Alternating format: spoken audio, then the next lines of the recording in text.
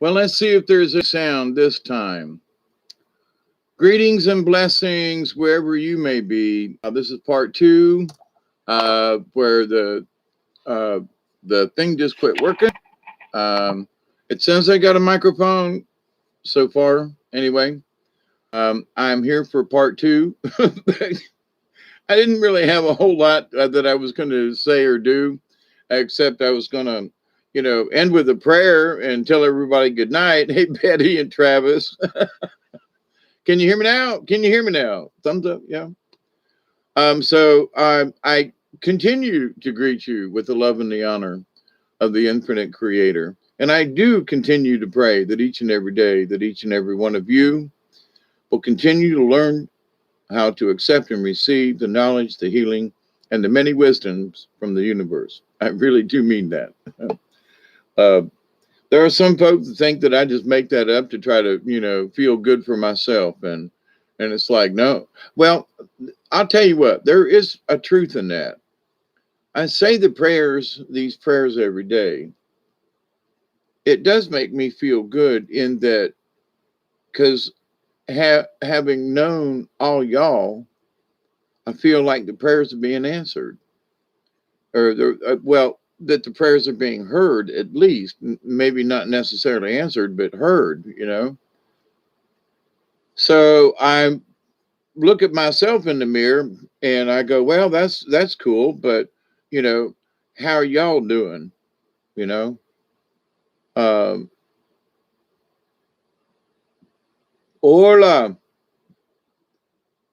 hola, ¿qué tal? ¿Y tú bien? I remember a little bit of Spanish. And in Tampa, there's the Spanish Cuban community, and oh my God, I could not keep up. And in Spanish class, all the you know the Spanish class was like the easy class for all the folks who already knew Cuban Spanish. So for those of us folk who didn't know Spanish, it was like they'd be talking Spanish and they go, yeah, yeah, yeah. Well, what the hell are you all talking about? But anyway, but to the point, I thought I would just go ahead and restart just to see if it would come back up or if the computer would crash. Now, so with that in mind, hey, Steve, Michelle, Travis, Chloe, this part two is I'm just going to hang out with you all without any particular thing in mind. Um, well, actually, the part two, I'm the more that I see the interaction of people, it was like at the end of the last video, the sound went off, but y'all stayed on and we were still laughing and having fun and y'all making comments. Uh, so the idea, though, that even without the sound, uh, there was still an effect, you know what I mean, with everybody there and chatting and just, and so in this social experiment, which I had no idea was an experiment, but it's I call it that in that looking back, I go, wow, look, this is what has transpired, and this is what's got us to here.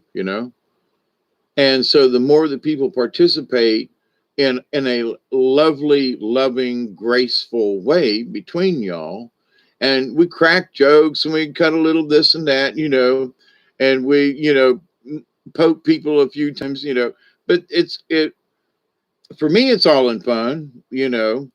And but we can pick on somebody and they don't really need to be picked on, you know what I mean? We have to be careful with that, because having been picked on as a kid, I got these great big ears, and they stuck out, and oh my God, and I had a burr haircut, a little tuft right there, and otherwise a skint head, and Lord have mercy, it's like, and then your ears really do stick out, you know what I mean?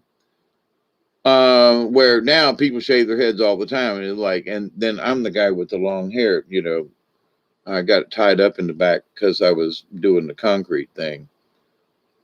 But anyway, yeah, that was fun, wasn't it? Just and I got that puppet out, And I've been wanting to do a little bit of puppet shows. And I used to do mime when I did puppet shows for kids and stuff. So in order to get them wound up and just watching me, I would do some pantomime, some crazy stuff. And I remember there's a place in Fitzgerald, Georgia. I I think it was Fitzgerald. It might have been Douglas, but I think it was Fitzgerald. And they were reopening this theater, and they had all these children from all over town that they were bringing in, preschoolers and that, right? And so 125 seats, and the teachers told me that every seat was full. And so I'm up there on the stage by myself, and I've got all these props and puppets and all these things. But as they're bringing the kids in from the preschool and loading up the auditorium, this is taking a little bit of time. So in the meantime, though, I need to entertain the kids that are already in the auditorium because I don't want them to get rowdy, but it ain't time to start the show. So I start doing this, just walking across the stage, and I would point down at them. Now I had a wireless mic on, so I'd go, and I'd walk a little bit, and I'd stop, and I'd turn, and I'd go, and I'd turn, and then walk. And for whatever it was in my craziness and what I was doing to get their attention, um, I had 125 kids going right along with me because as they finalized and closed the back door and the lady in the back waved her arm, I was just getting the kids wound up, right? And I went on for almost another 5 minutes with just making up this pantomime thing. And since I was hooked into the loudspeaker system, I was making these little noises and you really couldn't see my mouth and I wouldn't talk. So, and the kids went nuts. I mean, it's one of those times in my life where it's like, it's there's something about I do have some kind of a power. I don't know what it is. The power to get people to pay attention because it's going to make you laugh. The power of something. Because the teachers come up to me and they go, for the last hour, my kids didn't move out of their seats. And they were in the back. And she said, how do you do it? And I was like, I don't know. Lord, for whatever it is that I have, because I'm able to keep all the 125 preschool kids in uh, their attention on the stage for an hour. And she goes, we can't keep their attention for 10 minutes. And she said, you did it for an hour, over an hour. And I was like, that's my talent. Thank you. Well, I wish I knew how I could do it because, man, just for 1 hour a day to get him to sit still, and I'm like, I know, and that has been my talent. And quite frankly, there is some sort of power about it, but it's my attention. I look at everybody in the audience. That's what it is. I would look at every one of the kids and go, and you and you and you, and a hi, and I'd wave, and I think it's because I participated with them. If I was if they were all sitting on the floor, I would get down on the floor with them, or at least close. And so and I wouldn't get up and tell a story and be all doomy and gloomy over them kind of thing. Hey, Cherry's back. And make people smile. Yeah. I haven't done a puppet show in a long time, Cherry. I used to do it all the time, though. But see, if I can't travel, then I'm here with y'all and you're laughing. And that's important. So my job, what I feel, is to try to share the love and bring humor into people's lives. And like I really wanted to do something early about just the idea of joy. But we've talked about that before. And I was like, yeah, but I really like to do something silly, like for 20 minutes, and just, and bring joy into your life. What can I do? What kind of crazy ass thing can, can the nullster get into? You know, it could I stick a pencil up my nose? Would that do it? No. Although that I could pretend I was giving myself a COVID test. I could pretend that I was bending over and giving myself a rectal thermometer too, but I don't think I want to, you know. But see, here I am the human variable, in that uh, my mind has been like this all my life. So some people go, I couldn't live with you if you're going to be like this all the time. What do you mean if I'm going to be like, well, always cracking jokes and singing songs all day long? If that's how you're going to be, then I just couldn't be around you. Well, but what's wrong with cracking jokes and, because I just couldn't put it up with it. I just couldn't do it. That's how you're going to be. I can't do it. I can't be around somebody that's going to be like that all the time. I'd have to wear earplugs. Well, okay, I'll get you a mask too and sunglasses. What you talking about? Sunglasses and well, if you're going to put earplugs in, well, and I don't like earplugs. I just wish you shut the fuck up. Oh, well, excuse me. There goes one of my little insanities. Thank you, Steve. That's part of that's a good cherry.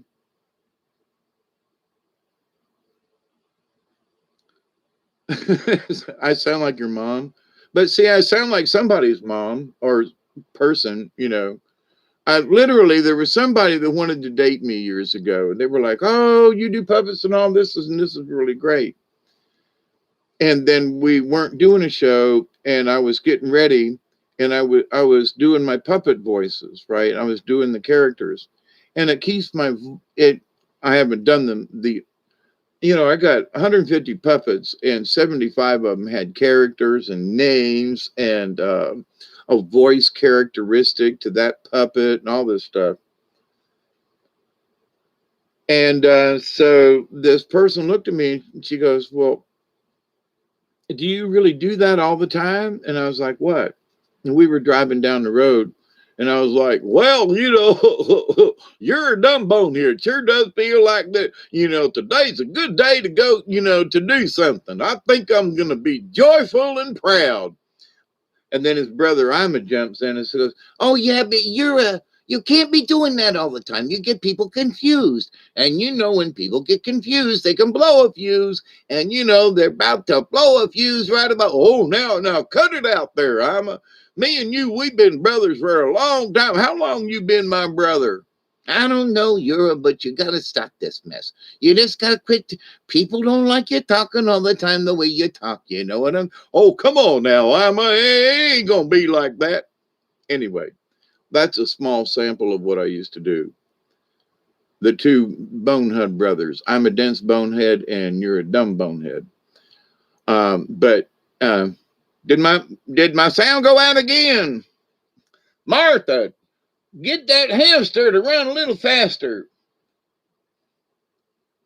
Put some caffeine in his water dish. Give him some coffee, extra sugar, and some milk. Get that hamster rolling. People around me here are all living in fear.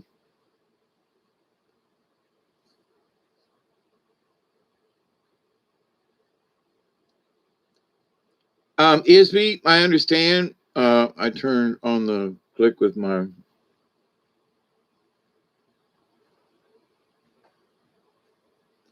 Um, here. I want to help you with a word, Isby.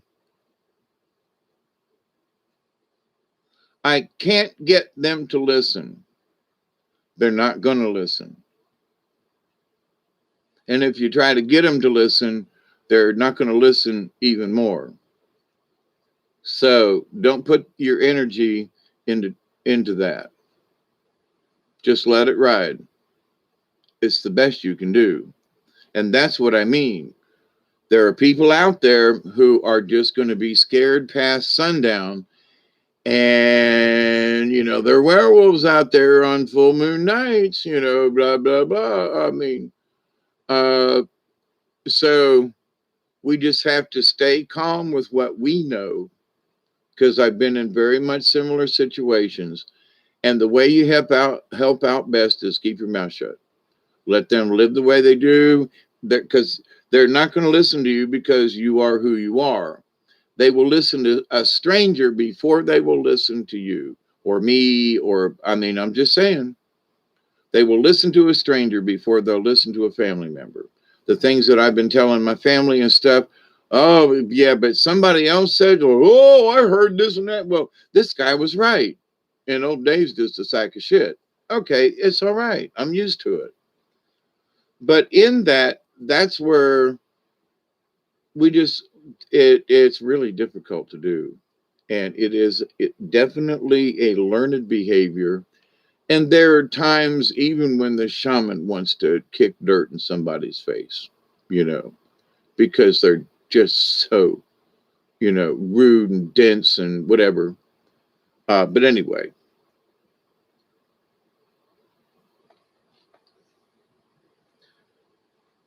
patience is a virtue. And one of the things we must learn with these new folks,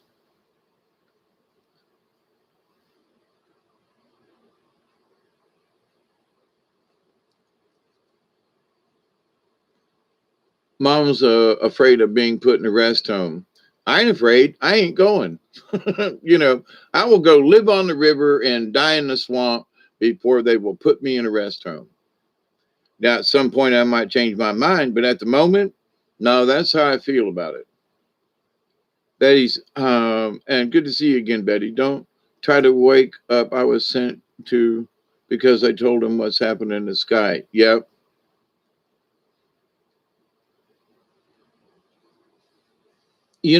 The best we can do is pray for them. How do I say this? Against their fear. We don't try to, they ain't going to listen to the truth. I mean, because you try to tell them. So you just say, well, it's all right. Just try to be calming. That's all.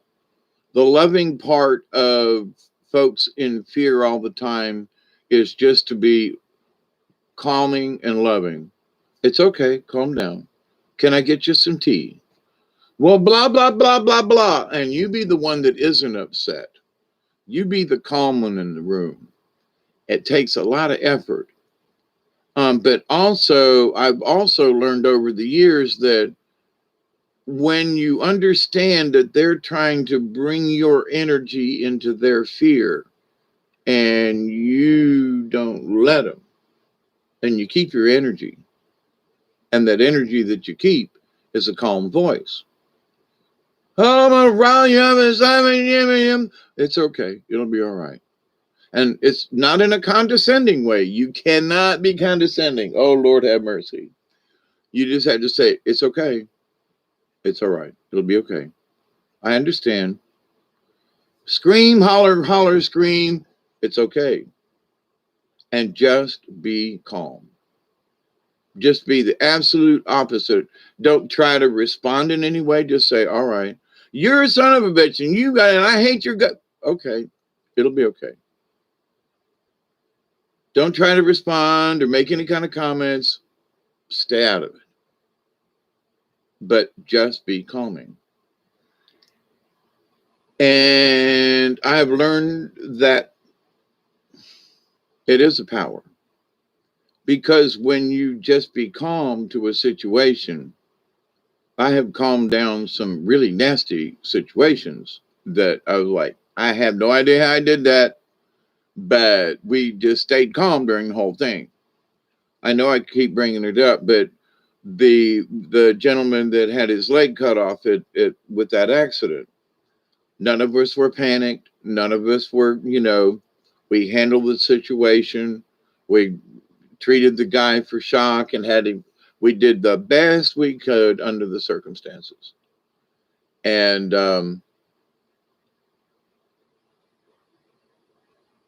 You do what you do. But nobody was panicked. Nobody was screaming. Nobody was, yeah, it was alarming, but nobody was panicking. So the idea of being calm, you've seen some of these, like, somebody's got shot and there's a trauma thing, and there's somebody in there going, tell me your name. Tell me your name. Here, calm down. Look at me. Look at me. Tell me, there is that person, one of the nurses or the doctors or one of this, whatever. So, but in reality, there are things that happen in life, and that stays true to my point of part one of this. You know, that it's the human factor. So can they know how each of us are going to respond? No. My microphone went off, and how you all responded with me having no microphone for 5 minutes. Could Bob or any of them out there predict that you guys would hang on, and that I would make faces, and that y'all would laugh, and that we'd type some stuff in the chat room, and that it would still be funny even without sound? You know, so it's almost like you could hear me not talking, but I'm making jokes and waving my fingers. And so y'all got it. You got the joke, but did Bob or the internet or or the AIs, you know what I mean? Could anybody have predicted that? And the answer is no. No. That's the human variable. That's you and me. We have the opportunity at any time to change our human variable. And, where there's sadness, we can bring joy simply by saying, I don't want to be sad no more. I'm going to find something funny and humorous to remember. I know, but I really want to be pissed off. Oh, shut up. Go to your room, If you're going to act like that, get the hell, go outside and play. Get the stank blowed off of you, Go roll around in the grass with the dog. Maybe you'll feel better, and get your back scratched like Duggar likes to do, And by the way, I do send him love and give him hugs after I do a show. But anyway, hey, Al, how are you? Before an asteroid?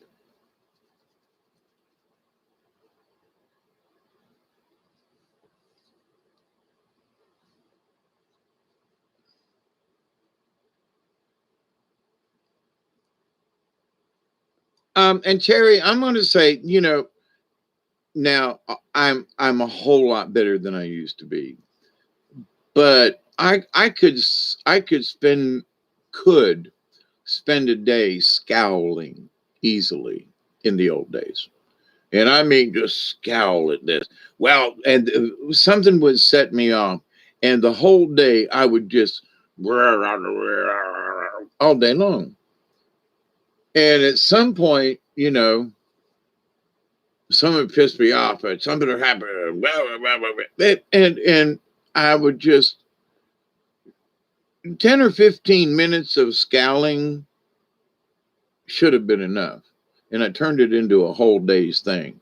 And then I would get to drinking and smoking, and usually well, not necessarily smoking weed, but smoking cigarettes and drinking, and the scowl sometimes would get worse, and then I'd just get freaking pissed off, So, but this idea though, that it was like, and not drinking has helped that a lot.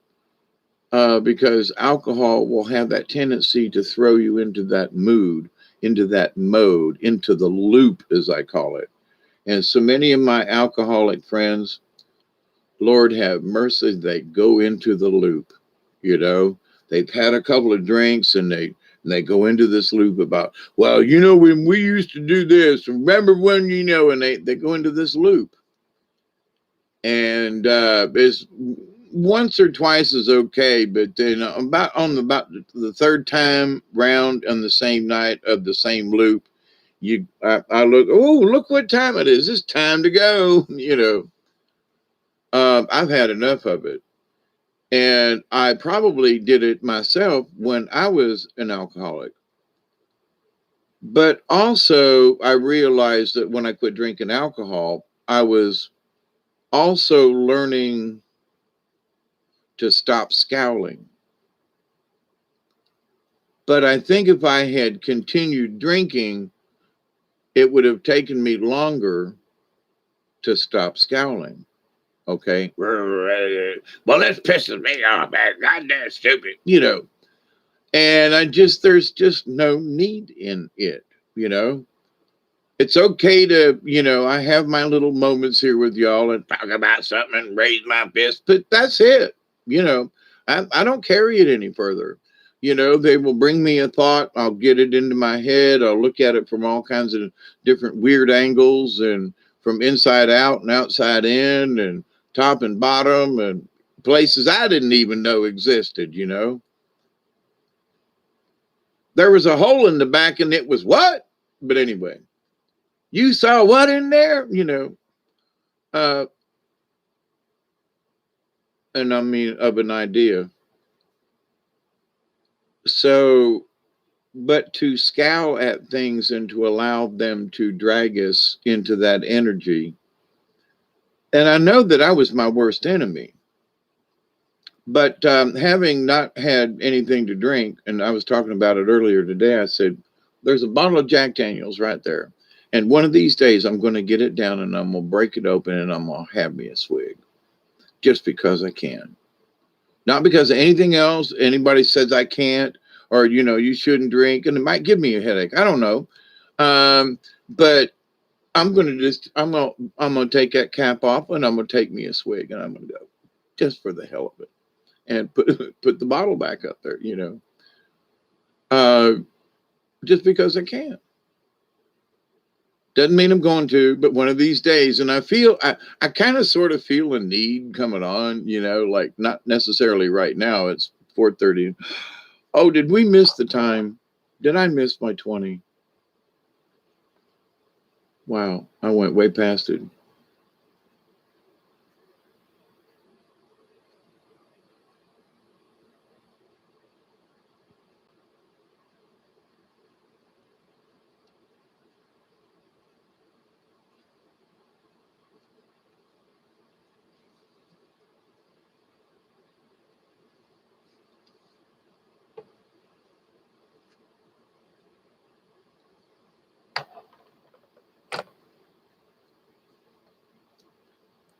So remember, as I started out the last video, that I'm 28 minutes into here. I can't believe.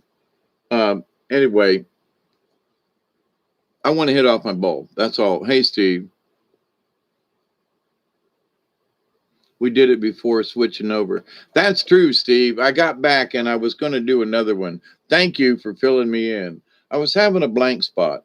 Um, which brings up a topic that I was going to bring up earlier. Um, and I can't remember if it was Monday or Tuesday. I mean, like yesterday, today kind of thing, earlier. Anyway, I think it was yesterday on Monday. Now, it was after I did that 8.5 hours, Sunday night. And somewhere about 12 o'clock, I had a couple hours sleep, woke up, fed the kitty cats kind of thing, walked outside, and when I walked outside and looked outside, everything there, I just had this feeling there that somehow there had been a time differential. And now I can't tell you what I mean by that. Other than I was like, I'm gonna have to ask everybody if on Monday did there seem to be some kind of time warp things going on.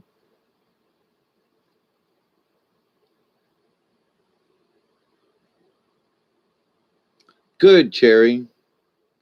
And listen, I know I'm, I think you all know me enough to know that during the daytime, there are many of you that it's not necessarily a list, but you're listed in the chat room. So that I will just see your name or your thingy or something. And I go, oh, there's Terry. And oh, there's Michelle. Oh, there's Al or Isby or, or Barry or whoever, Spirit Woman. Um, um, but anyway,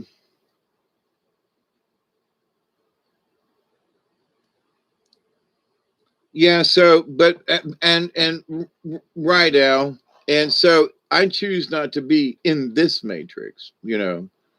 I come in and we're playing in the matrix like right now, but it's of our own choosing and of our own, volition, and we're not being coerced or forced or anything. We choose to, and we choose a frequency and channel that, even though the last 2 hours got weirded out with the microphone kind of thing, that you get to talk about something, and I sometimes have wondered. Brian and I, would be on his show, and I'd be get to talking about something, and I'd get knocked off the air and I'd come back on and go, well, we used to talk about, so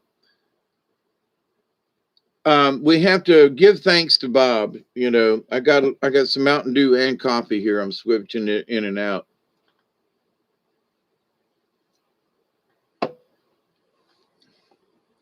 Um, but anyway, this idea that we are the human factor, we are the variable in the matrix.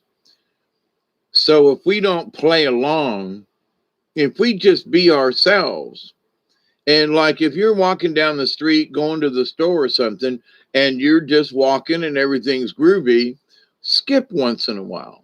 I mean, just go doodle doo doo and skip, or stop and do a little dun da da dum bum bum bum, and then keep walking. Why? Because it breaks the matrix. They don't know, whoever they are, who thinks that they can track every motion and know what you're thinking, and it keeps you out of the matrix. Because, well, I'm walking to the store down the same sidewalk, and I'm going this way, okay, then literally skip a beat. Literally skip. Do a little play, pretend that you're um, skipping rope. Do something. Do a little side jag while you're walking for a little bit, or pretend you're like I'm a soul man, and I'm walking along and I'm a doing my thing and I'm creating.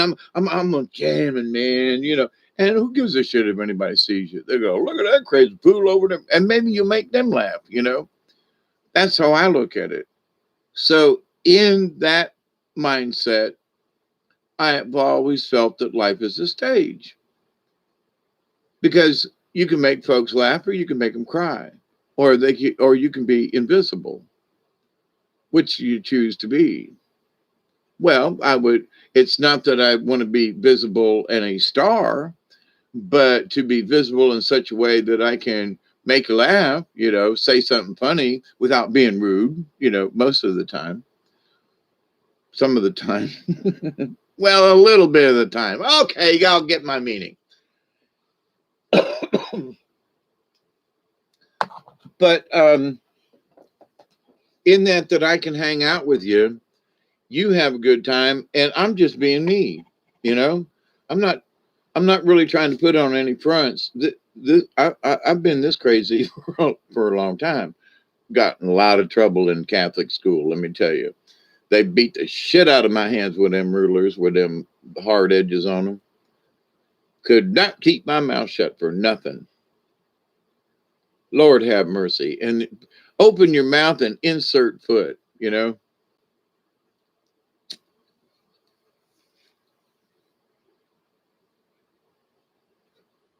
don't care what time it is. Smoke if you got them.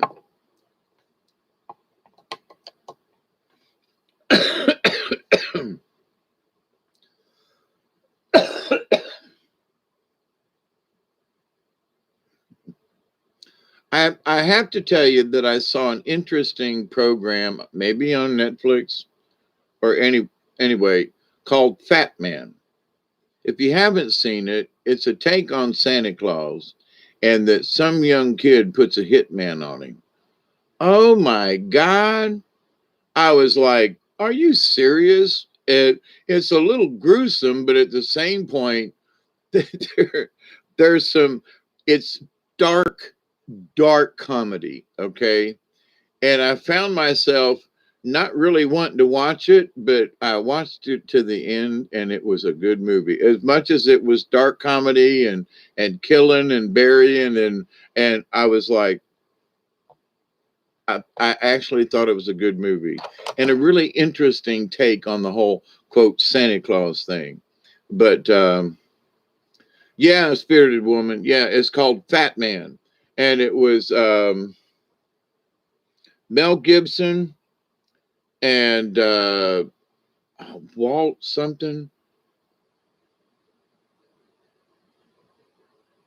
He's played the bad guy in several different series, and one I can't remember. It was took place in Kentucky, and there was a back country, hillbilly doing stuff and killing people and burying them and all kinds of stuff. But anyway, um, and that was a good series too. I can't remember the name of it, but anyway, uh, and but it was a good movie. Yeah, Kill Bill, Frosty the Dope Man. don't, yeah, don't bogart that joint, my friend. Yeah,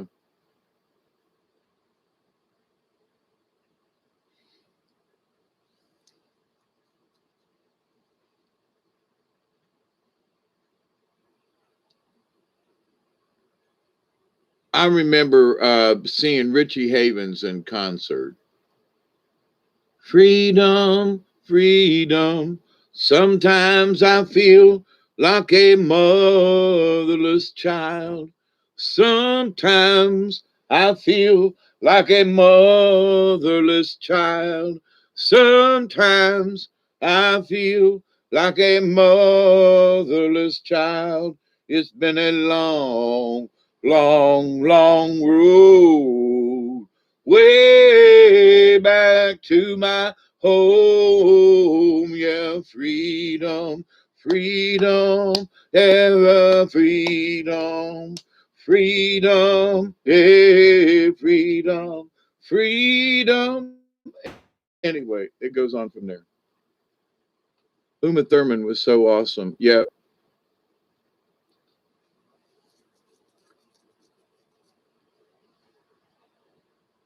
yeah, I've recorded several songs, but yeah, you're right. Um, I've got back upstairs again, and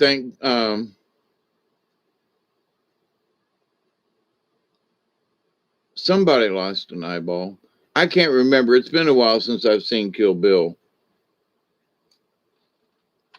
I'm really not into the gore thing. I'm really not now, but I like a good kung fu movie, and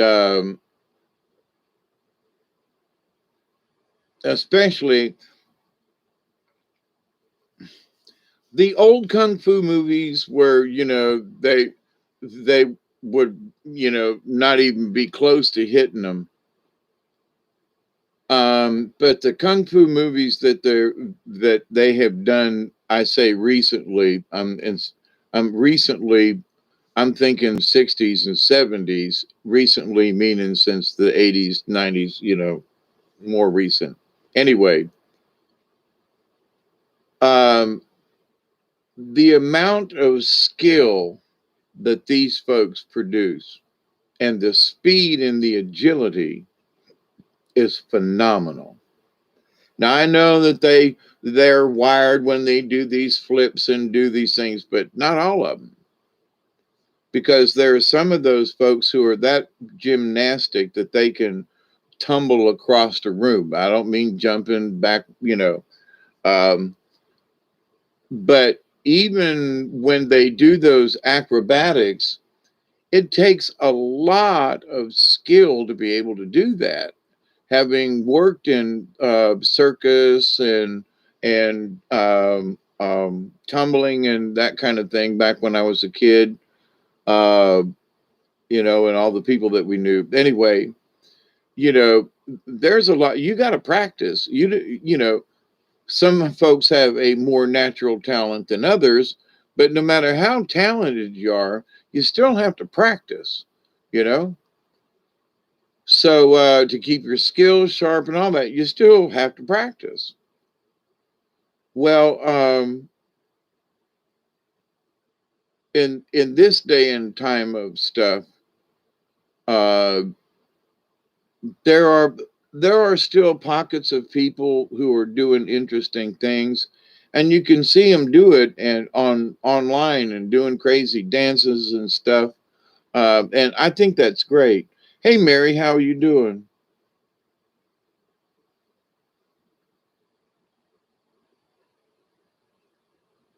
Yeah, Quentin Tarantino. Quentin's got a strange. I'm glad I don't think that way. When I think of things, I don't think of blood and guts and gore and shooting and killing and slicing and dicing. My brain does not go there. You understand? So, whose ever brain goes there, even for a movie, okay?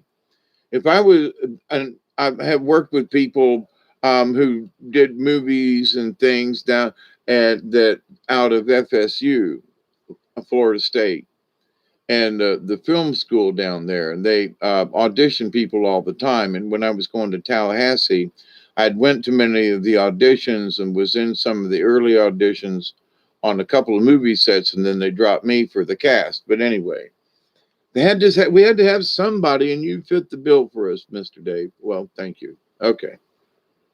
Um,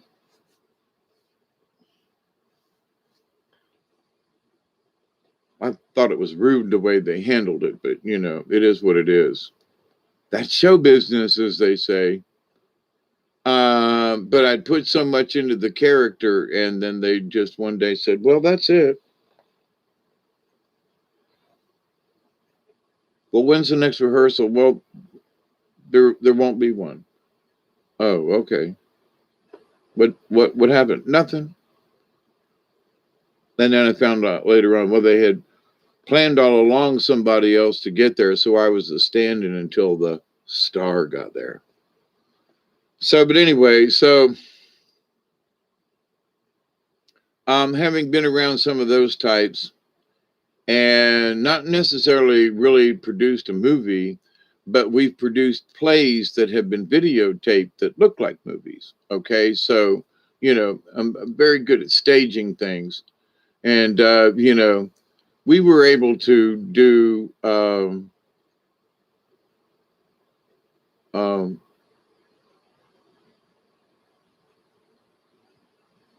when I didn't really rewrite Dickens.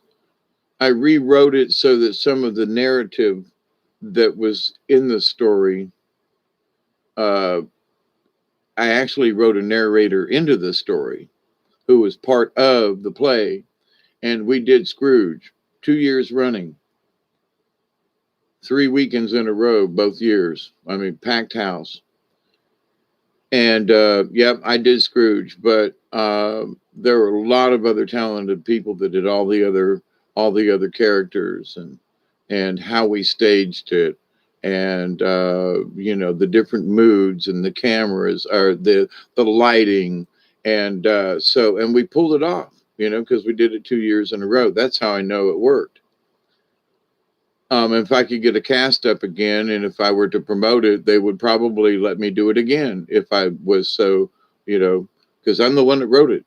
I'm the one that transcribed it. But anyway, um,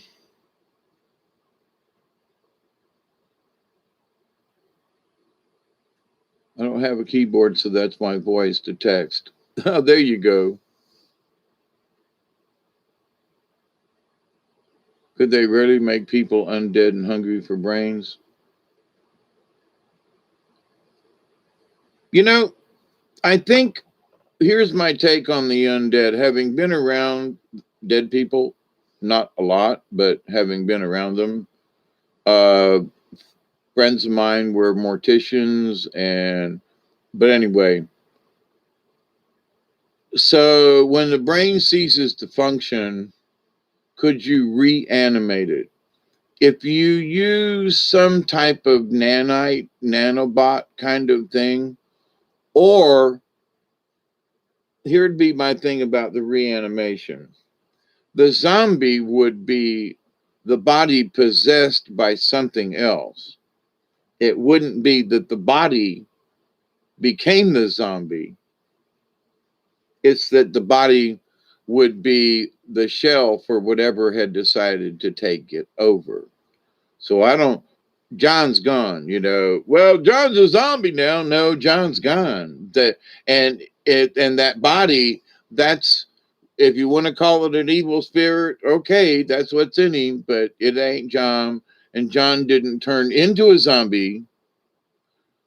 John's body was inhabited by a zombie type of thing, an energy or whatever. Well, you could call it a virus. Well, if he bites you, but yeah, well, okay, I know it's the movies, and I remember, you know, seeing Night of the Living Dead back in the day when it first came out, and we were all like, "What?" Especially at the ending. But um, so my take on the animation thing. So could a body just jump up? No, because it needs something, flesh and stuff. The muscles needs nerves, make your arms go up and down. Well, could something else do it? Yeah, if it was ingested or injected.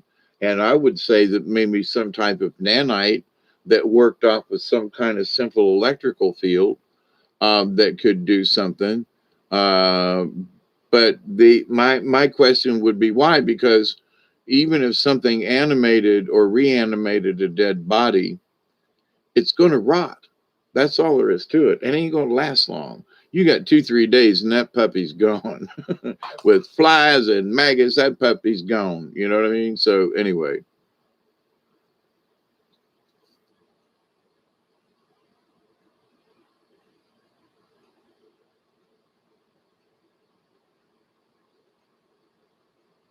There goes my imagination.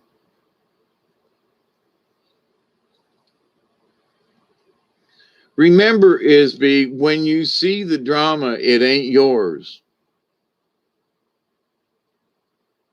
And don't make it your drama. If all you see is drama, then you need to look differently.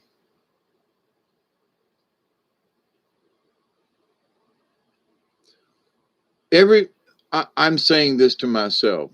Everywhere I go, all I do is see people arguing. I go to the store and people are fighting, and I go over here and people are like, the whole goddamn world's like that. No, it ain't.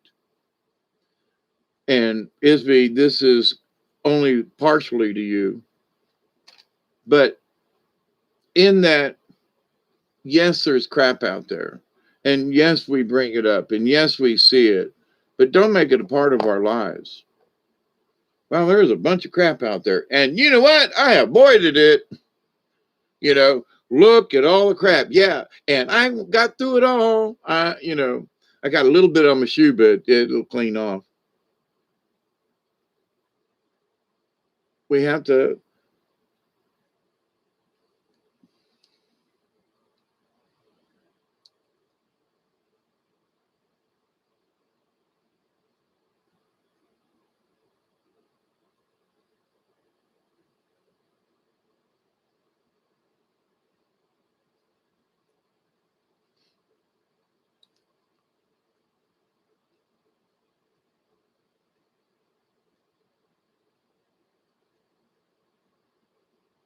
I'm having a thought. If you couldn't tell, I think I agree. You did. There's no brain to guide it along. Maybe a rabid person. Now, a rabid person before they die, but to be dead and then reanimated, then what's pulling the muscles? What's stringing the? Then there are zombies repeating things they hear no true on TV and passing it along. Yes, and then there are see, there the zombie thing. I mean, as far as honestly reanimating something, I could see reanimating something for a short period. But unless there is a real animation, honest to God, bring you back or put somebody else in there. And if that's the case, it would sort of like it would be like jump starting a clone. You would then become a clone. If you were dead and they and you're out of there, and then somebody comes along and says, "Oh, look, there's a dead body. Let's reanimate it." Okay, well, that don't mean you are there anymore, or I'm there. So that is there a drone? They've got to have some. They've got to have some kind of entity drive the darn thing. You know what I mean? Something got to drive it, right? So, but anyway, the idea of the true zombie get bit. Now, I could see people being rabid, but they haven't. They're not dead. You know. And back in the day, people got rabies. You know, had to tie them to trees and shit. You know, there are some people that would kill themselves, or a family member would shoot them to put them out of their misery. It was so bad. You know, so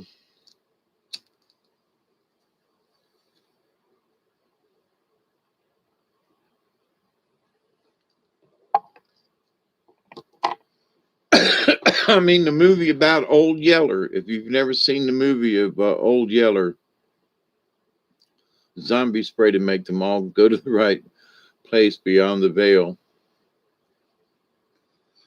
Well, so you could become mindless, drooling idiots before the body dies while the heart's still beating, but your brain could be mush. You know, I could see that. So you would be zombified, but in the idea of the dead rising out of the graves. Now, I was let me just since we're talking about the zombies here, let me toss this little tidbit into the conversation. I'm listening to this preacher, and he's doing a pretty good job, you know. And Jesus, you know, and you need to have Jesus in your heart. And he was being forceful, but not too much. And it said, "Can't wait until all of our loved ones will rise up from the graves and join us once again." And I'm like, "Oh no, they ain't." I don't want my relatives coming up out of no grave. They've been embalmed, they've been stiffened, their skin's gonna be like all good. And you know, no, no, I do not believe. Oh no, and he was like very emphatic. No, they are gonna he said they were gonna rise up from the grave. I know what it says. But I don't want Ma and Pa coming out of that casket. No, I'm sorry. Don't. Mm-mm.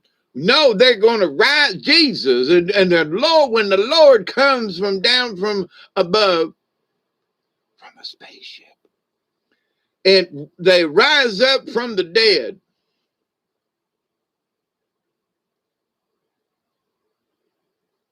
No, no caskets opening, no cemeteries where people coming out. If that shit happens, I'm just going to sit because I live between two cemeteries. If there's going to be a bunch of caskets and shit opening up, I'm I'm going to go upstairs and hide. You know, I hope they can't smell my breath up there. You know, they don't have any heat-seeking missiles or nothing. You know, from a zombie point. You know, I do not want folks coming up out of no damn ground.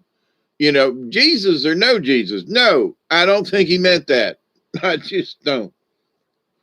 Rise up. Mm-mm. Sorry, I do not want them. No, no, no. You can have zombie mommy and daddy over for dinner, but I will take a rain check. I'll call him on the phone, you know. Hey, zombie mom and dad, how y'all doing? Yeah, yeah, yeah. How was that 30-year nap that dirt nap you took? Really now? Was that good or bad? What the fuck do you think? Yeah, I can hear having that chat with zombie dad, you know. That, you know, rise up from the, you know, grave. No, no, no, no, no, no, no, no, no, no. Rising up from the grave sounds like, you know, Plan 9 from outer space. I'm sorry, it just does not compute, Will Robinson. You know, boy, now that was a lot of interwoven old movies in that little jester of crap right there, wasn't it? What time is it?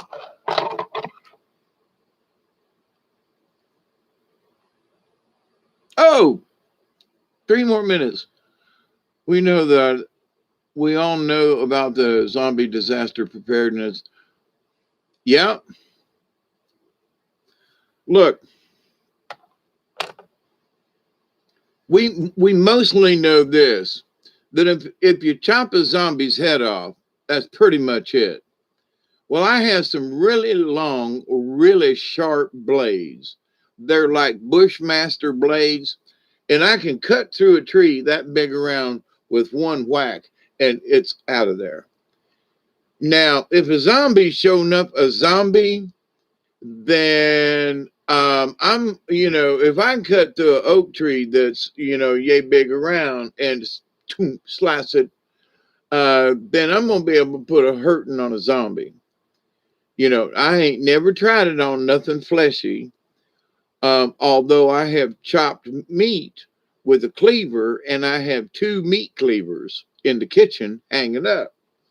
And these machete type devices, and also I have one of these machetes they call a bush axe that surveyors use and folks down in the swamps. You know, it's on like about a 5 foot pole, and then it's a bush axe with a crook end on it. You know, and it's sharp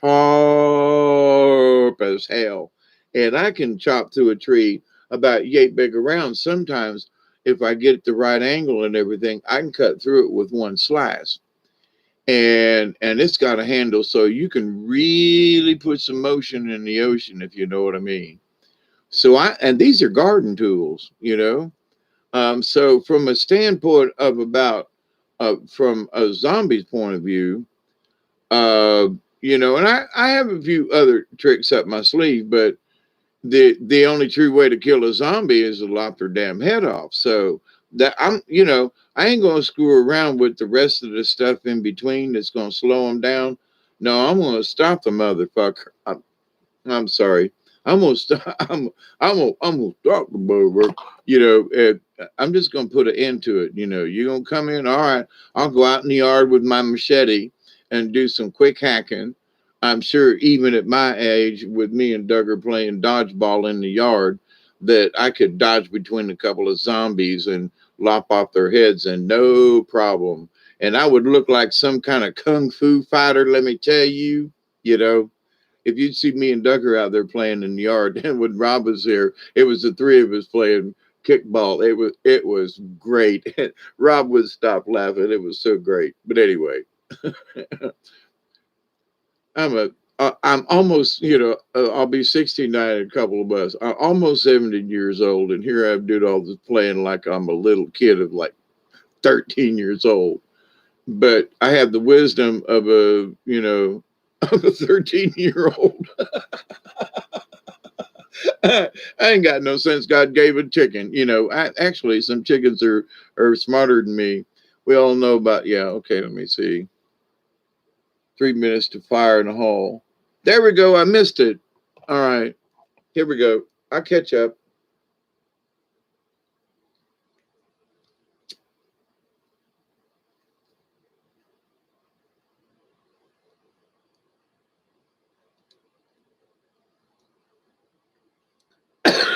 My son got $100 record to zero. It's too sharp. Yep. And it's all about the angle with which you do it too. So like if you were cutting sideways with this thing, it might be that you come from the back of the head so that you could clip the spine and then the rest of the head would pop off. Here I am talking about this. But I mean, from a practical standpoint, to stab them or whatever or any of that kind of shit would just be stupid.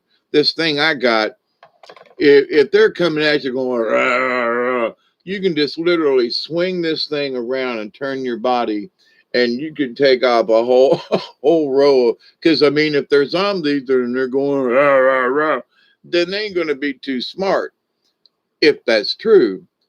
Even if it ain't, if they don't have a tool like you got, then there's going to be some body parts all over the place. And if I'm fending for my life and they're zombies, I ain't going to care. You know what I mean? If I can chop down trees and stuff with a couple of whacks with these things, soft, fleshy things with no, you know, yeah, it's not what I want to do, but if it came to that, I've already got my zombie tools, and I've got other stuff. I could make, this and that and the other thing. But I think a, a good defense is a good offense. If they're in the neighborhood, go find them and lop their heads off. Just get them out of the system as soon as possible. Because they're really not good for anything. I mean, it ain't like So if it would be like if there are rabid dogs or foxes or something in the woods, then a group of hunters would say, "Come on, we need to go get them. We need to go shoot them coons that are rabid. We need to stop it. Burn their bodies so nobody gets bit. Nobody, And so they would do that, and they would do their best to eradicate everyone that they can. I mean, they still do it with sheep and cows infested with, the mad cow thingy, right? But anyway, so with that said, I've watched enough zombie movies to know that, I've got crossbows and arrows and things, and I could hit them in the head and all that from a distance. But if all of it's going to do is just slow them down, they're going to walk around with an arrow in their head. Then I find that is like non-productive, because then I've just lost an arrow, and now it's stuck in a zombie. You know what I mean? No, so I would rather just take that approach. San Francisco's Betty, you out of here? I'm planning on San Francisco zombies will be really stupid. So sad to say, seems everyone around me has already gotten it. I don't doubt. You know what? I honestly don't doubt it. That people, you know, and I think part of it is through the medium and the medium of the cell phones, and people are always looking down and always, they always got to always. And, I try my best to skip a day or two. I check on things, but where I used to be glued to this computer for hours at a day and checking and this and in that, and I still do my diving and watching, but not like I used to, you know. Oh, I had to know all of this. I learned a lot of stuff and got myself into, rabbit holes and all that kind of good thing. And that's all good because I can talk about it. And there aren't, and I'm not bragging, but there aren't too many rabbit holes I haven't at least heard of if I haven't dove down them. So if somebody says, "Well, have you heard about that?" Actually, yes, I have. Now, but to what depth do you know? Now, you might know something different. I ain't saying I know everything about the subject, because you might be might have more information than what I've been able to. You know, I can't think of his first name. Snyder. Well, the guy that talked about Area 51 and Phil Snyder, you know, uh, that he was attacked and shot by aliens, and he worked with tunneling companies and this, that, and the other thing. Well, there was a lot of truth to his stories. Maybe not so much about the alien, except that they said that he hung himself. And I saw pictures back in the day that were leaked of what he looked like, and somebody had tied barbed wire around this man's neck, and they said he committed suicide. And that's just not right. So he knew something, and whether or not it was true about Area 51, but it was probably true that he was telling things about the tunneling that people were not aware of. So that was back in the day of Bob Lazar and all these other things, way back, in the 90s. And that was also back when the Irish priest that I keep forgetting his name, Malachi Martin. Hey, I remembered. Malachi Martin was talking about this stuff about the Vatican. And so all these people were talking about this stuff for years, and really in that, well, oh really? Are you sure about? Oh yeah. Well, so I guess you could say I've been on the forefront of listening to this stuff. I mean, I remember the original tape had it, uh, the VHS of the first Bob Lazar interview and stuff like that, way back. And we all sat around and watched it and passed it between us, all us sciency folks, and discussed it, at great length, and like how it was probably more likely he was correct and that it wasn't a joke. And anyway, and now after all these years later, so some folks, um, some of the things that I know go back so far.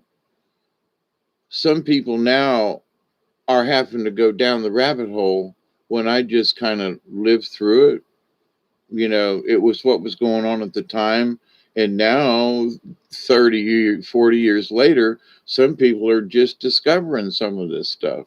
And I'm like, yeah. But if you've got new information, I'm willing to listen.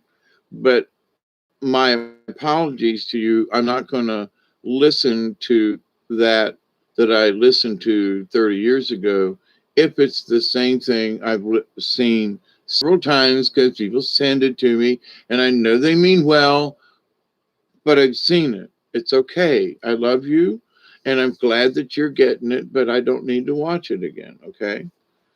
Not this don't mean any of you in particular. Okay. Or any of you actually I can think of, but if any, nah, it don't mean no. I'm never mind. I'm stunned. Um, but to the point though,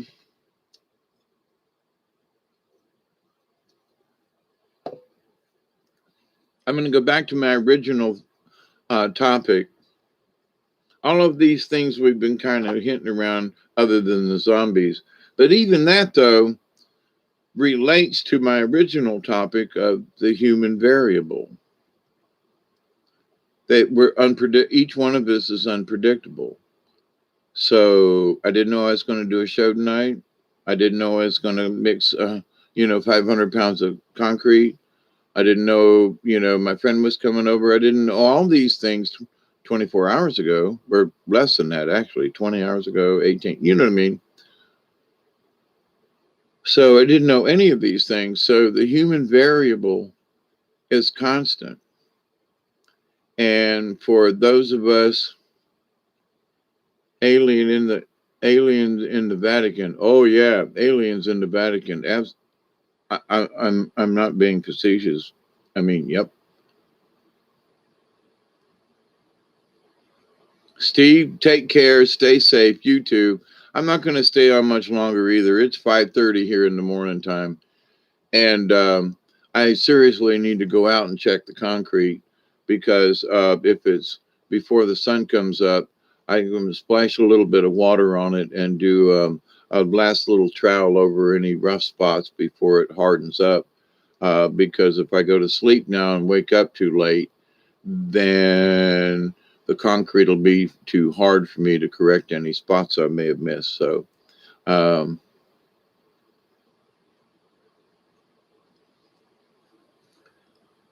yeah,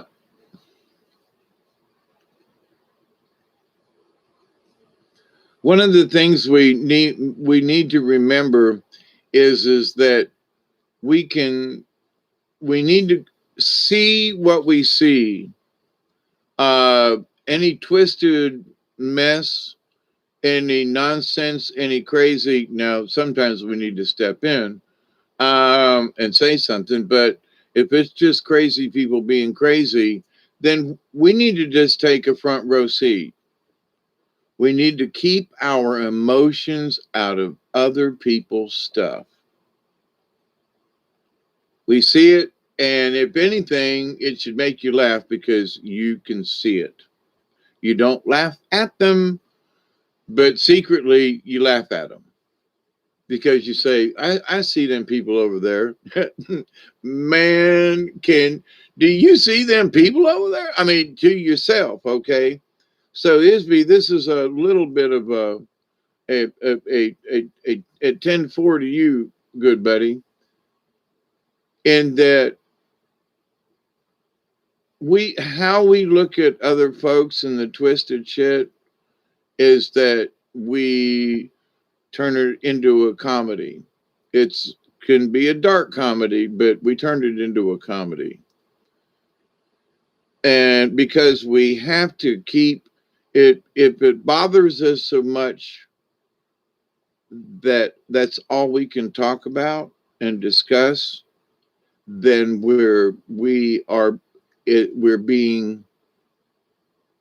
being caught up in their drama. And that's we need to see it, notice it, see it. Yeah. Um, what you look at is you put it in there, but you have to keep your emotions out of it. As we all of us. Oh, they're doing that over there. Yeah, I know. Oh, they're bombing Israel and them. I know. There's nothing I can do about it. Now that doesn't mean that I'm not sending out prayers to those poor innocent folks that are being bombed the shit out of. That is not it. Good night, Steve. Uh, hey, Crystal. 2:30 a.m.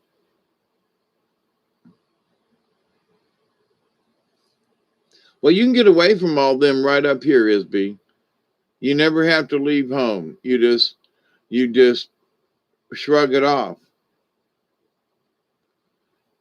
Um, when you see someone's burden, it's easy to have some of that burden attached to you because you feel for them. So you have empathy for people. And having empathy for people, though, if you carry that empathy too far, then it's you get sucked into the energy and it takes you and you become a part of it. And because you have empathy, you have part you ain't even got to go near them. All you got to do is have empathy and and your energy will be zapped, sapped or otherwise drained from you depending on that. So, there are a lot of people I have empathy for, and I've had to learn. You always hear me talk about you have to be the compassionate observer. If you let your emotions get trapped into all these other things, it will simply kill you. It will drive you mad, okay? And you can't do that. You got to be, as they've always told me, you got to be the grown up. Dave, there are times when you're just going to have to be the grown up in the room and stand up and talk about certain things, tell people, listen, just stop doing that in your life. Stop letting those people affect you. You're bigger than that. I mean, that's what they told me. And I was like, yeah, but they're always doing this. And the spirit guys were telling me, stop allowing that to affect you. But oh, me, this is me, bitch, in spirit, and say, how are you gonna get ahead if all you can do is allow whatever it is? Listen, the war on the other side of the planet. Oh, I would have been all over that. I would be having fits about the Palestinians and the Hamas because I think the people who live there should be granted whatever it is. Anyway, and all this state of Israel crap is crap. The state of Israel did not exist until after World War II. Let's be serious. Oh, but it was the land of the Israelites in the land of Palestine. Don't get me started. So, do I feel for these people? Absolutely. But I also see the stupidity in where some people will argue about it and how it will affect their personally. So I still have to, say my prayers for the people who are being in it, but I cannot mourn, cry otherwise, because then my energy is being sapped for something I really cannot help except to send a prayer. And the prayer is the short one because there's so many things out there. So you send short. That's why in my older life, I feel it's important that, I was told by a man years ago, he said, there are people who are corporate executives, and then there are people like us, David, who live in the country and send prayers out to the universe. There are those people who are after everything, and then there are those like us who are actually after nothing except to do better, to just be better spiritually, to be one with nature. And how these other folks are driven to be just the opposite, big house, fancy stuff, high rise apartment, as far away from others as they can be, right? And so I adopted his philosophy, and I was like, yeah, I get that. So I'm the counterbalance, and I accept it. I've had a sign at the top of the hill for years. This is the Little Ochlockonee River Hermitage, and anybody that has a little, will respect, come on down. If you're going to be disrespectful, you can visit, but anyway, I've had some people just be very disrespectful, and it's like, you can visit, but you ain't stay. Nope, sorry. But anyway, just change your perspective by looking at it in a different way or ways. Absolutely, spirit woman. Pretend they're all naked and laugh. Yep, it's when people.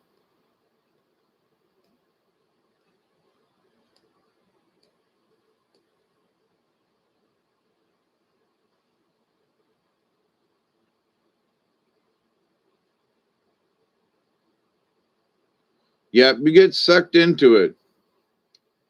So here's the thing that you say no. You can't get sucked into it if you are in control of your life, because whatever they plan is theirs.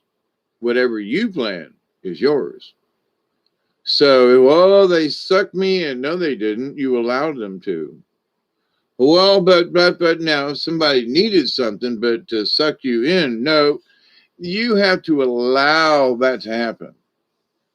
And but something, you go blah blah blah blah blah. Empathy until it drains the crap out of you. Then here's the thing. Just say no, and do what you're going to do, and do not get dragged into that, and go out on the porch or go whatever it is, and do not be a part of it. Whatever it takes, that you don't be a part of it. You help where it's necessary, but then you don't be a part of it. um, I'm 68 and a half years old. I've been through that shit myself. Family members, wives, and stuff. Oh my God, have been there, done that. And to be the grown up in the room means you look at them and go, no, sorry. I love y'all, but no, sorry. Don't want to argue, don't want to fight, but no, sorry. And that's where you become the calm person. You stand up and just, I'm sorry, no, whatever it is, blah, blah, blah, blah, blah, blah, blah, blah, blah, blah, blah, blah, blah. No, sorry.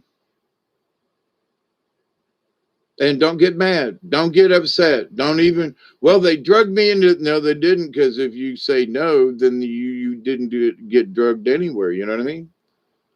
I've been, I personally have been sucked into the strangest crap in my lifetime. You would have no idea.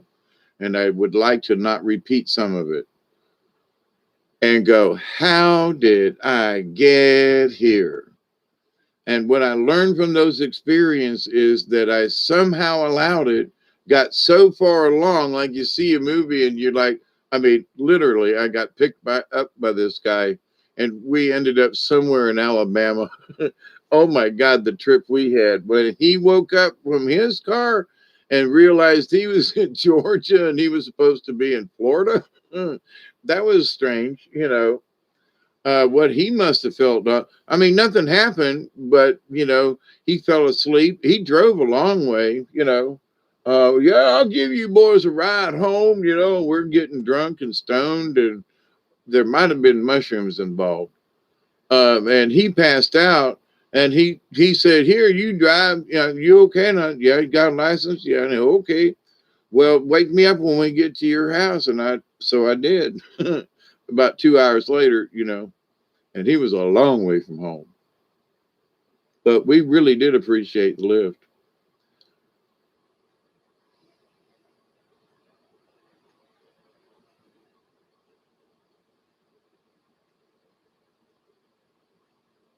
All right. They okay. Read what you wrote, Isby. They make me obligated to something they set up. You're not obligated if they set it up.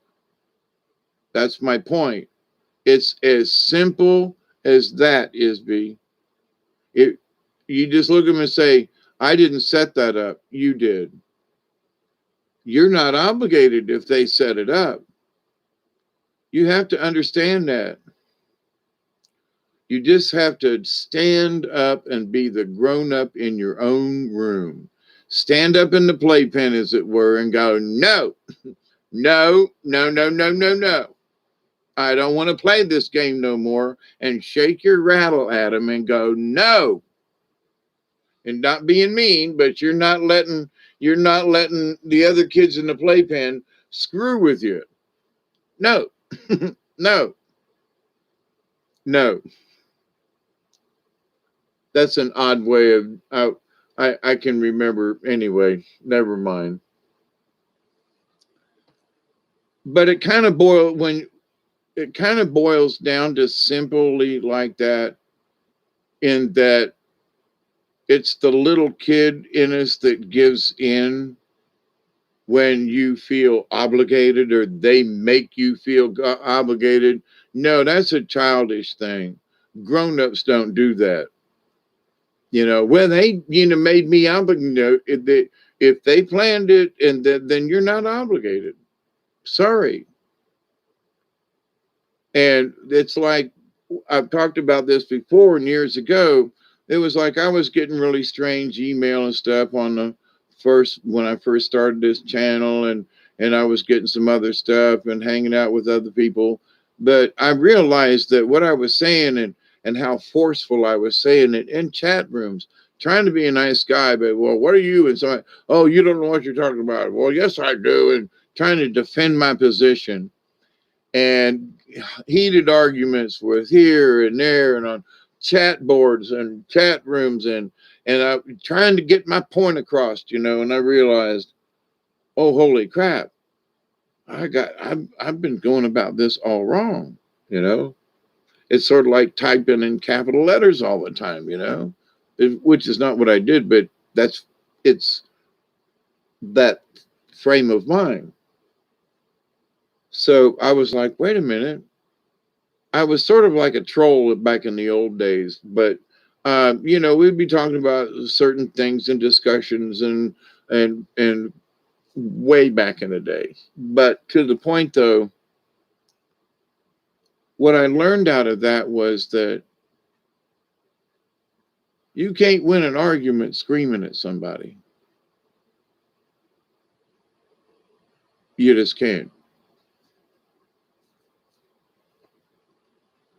Nobody wins an argument when they're screaming. No one. No one wins.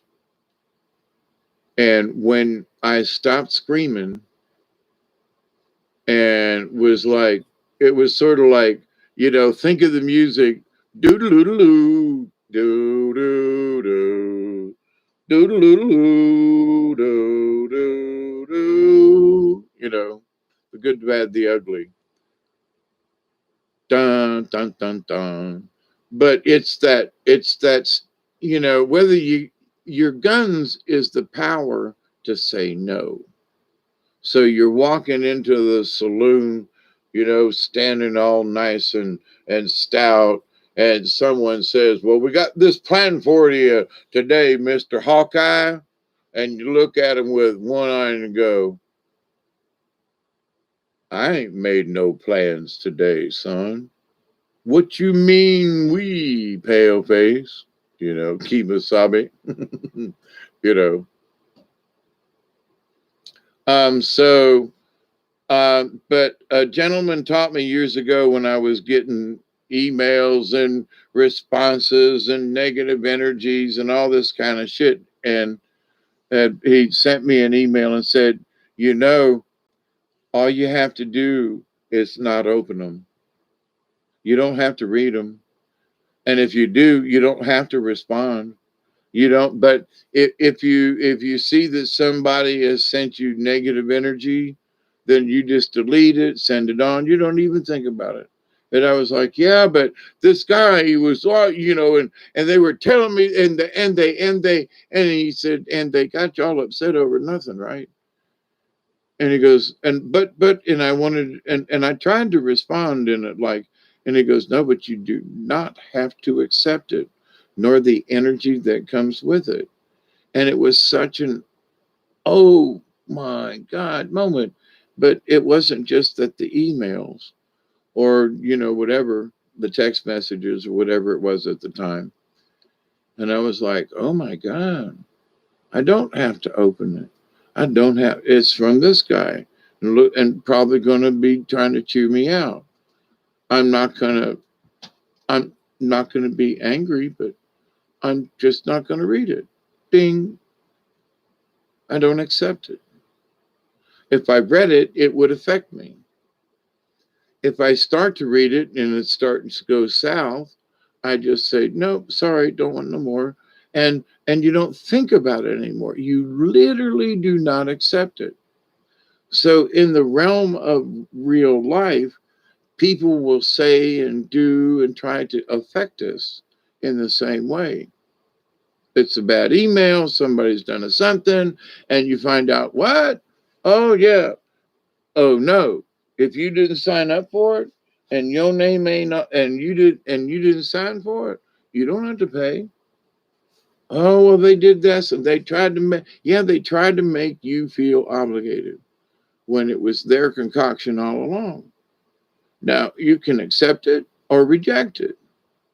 If you accept it, here's the simple answer, and my friend Isby, I mean you no disrespect, because this is what was told to me. If you accept it, then shut up.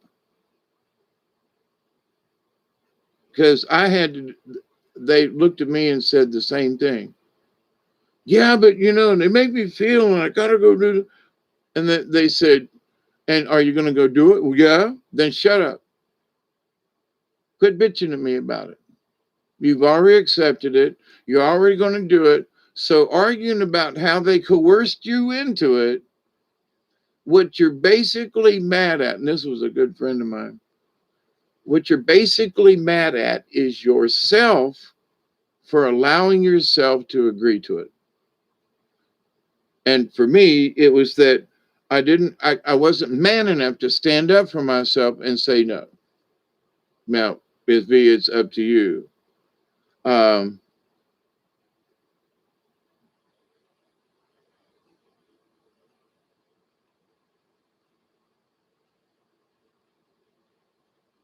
yeah, absolutely, Michelle. Camp counselor, like I've talked about many times.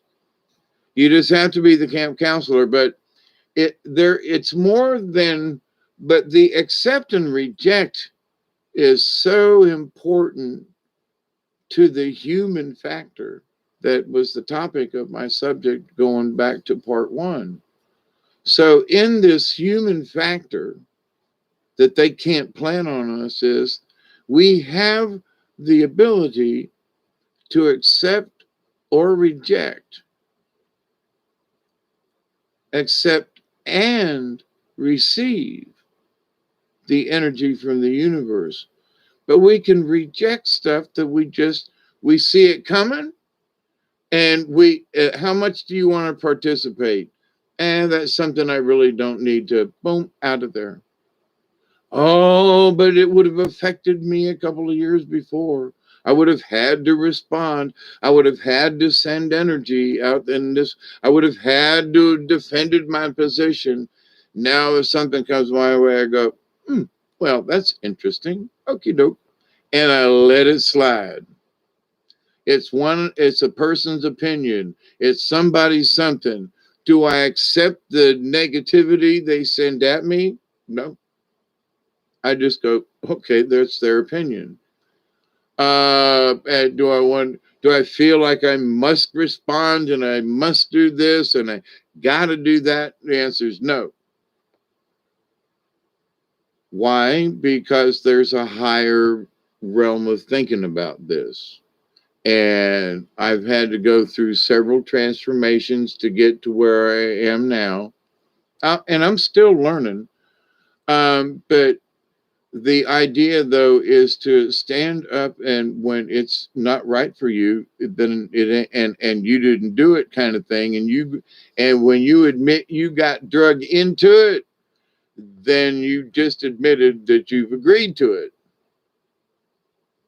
Because otherwise, what you would say is, they tried to drag me into doing this. But if the sentence becomes, they drug me into this, oh, that's past tense. That's an acceptance. You know what I'm saying? If you get to the point where you can see they say they're trying to drag me into this, then right there is where they tried to drag me. That means they tried. And you have stood up and said, nah, I ain't having this. But if the sentence becomes they drug me into doing this, you're already committed. You get my point. So put it into the future tense. They tried to drag me. They want to drag me into this. And you just go, sorry, I'm not going along with your plan. And you don't argue. You just say no. Blah, blah, blah, blah, blah, blah, blah, blah, blah, blah, blah, blah, blah. Now, if it's a matter of life and death or something, seriously, not a fake, then there's always your opportunity to reconsider. But to go along with whatever they concoct, I mean, I've had it happen so many times. I know what you're talking about. It might not be the same. I've had sick mother that I went to Florida. My pops was sick. My grandma was sick. Other people were sick and dying, and we've had to bury them. So I understand. I understand the trip from here to there and the back, and having to do what they need have done when I'm there, and what they try to think of me while I'm there, and why aren't you, and how come you're, and then I would always come home. But I would have to go down and play by their rules.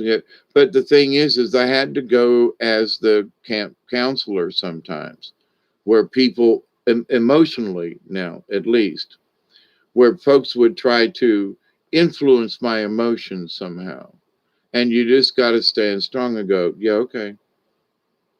I see it. I understand. I love you. I do. And that don't mean that you should be emotionless, but you choose, and choose wisely when you share that emotion.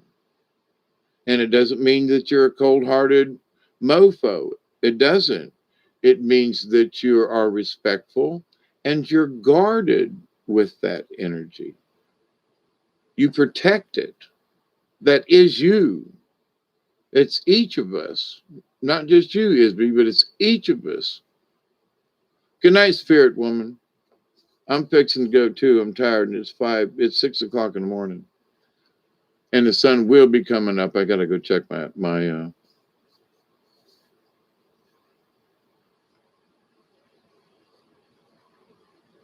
Oh, absolutely. Is the cities. That's why I had to get out of Tampa. I haven't migrated any closer to town than I have. Uh, but I chose this a long time ago. Some people choose to live in the outskirts and drive. I chose to drive into town and come back home. I drove 100 miles a day, round trip every day for 7, almost 8 years, 100 miles a day. And first of the month, okay. Depending on the day, yesterday or Monday, whenever it was you were coming through, I was whacked out. I was having some spaced out time and doing some other stuff. And sometimes I just don't hear the phone. I'll look, and then all of a sudden I'll look again and go, where'd that phone number come from? And where was I? But anyway, but my much love to everybody, and please be safe. Continue to be safe. Um, there's craziness out there. And as I'm going back to my first video, in that we are the human factor, we are the human variable. Don't be this is how you be predictable, by not being predictable for yourself. Whatever it is during the day, break out in song just for the hell of it. Do. Well, they're saying something, or tell yourself a joke, or think of something funny, or whatever it is. And do something out of the ordinary, and don't do it at the same time every day. Don't do it the same opportunity. Not that you can't. Don't get me wrong. But the idea, though, that when you have control of the simplest things that you do in life, it keeps you out of sometimes the unexpected complexities of life that you just, because if you burst out in song and dance while you're, heading across the parking lot to go in the store, and do the old soft shoes, like if I'm pushing the buggy, do a little bit of do, and somebody say, well, that's that guy dancing through the parking lot for, because I want to, because I can. And you might see me and go, what's that guy doing dancing across the parking lot? Good night, crazy Crystal. uh but anyway, so be strong enough to say no. I don't accept this, and don't hold any grudges, and don't wish ill upon anybody. Just say no politely, and respectfully say thank you very much, but no. Hey Nick, how are you? Good to see you. But it takes practice in a lot of people's lives, and there are some people that never really get it. And it's like, and it's sort of like they can't understand their own loop. Well, every time I'm around these people, I used to do this. Every time I get around these people, it always make me feel like, and then my guru friend said, listen, Dave, listen to what you just said. Every time I'm around those people, they make me feel like, he said, repeat it. This is me. Every time I'm around those people, they make me feel like, they make me feel like, they make me feel like. So I took those words and used it with different inflections. And I was like, every time I'm around them people, they make me feel like shit. And he said, why? Well, because they do. He said, don't care about that. But why are you accepting it? And I would look at him and go, what you talking about, Willis? And he'd go, well, every time you say around them, they make you feel this way. So stop, what if you don't accept it? Will they make me? Do they make you? Isn't it your choice whether or not you want to accept what they make you do, Dave? And I had to really, and he was like, here, smoke some of this and sit down and think about this. It's all what you make of it. Yeah. Don't worry about the spelling. We can't spell neither.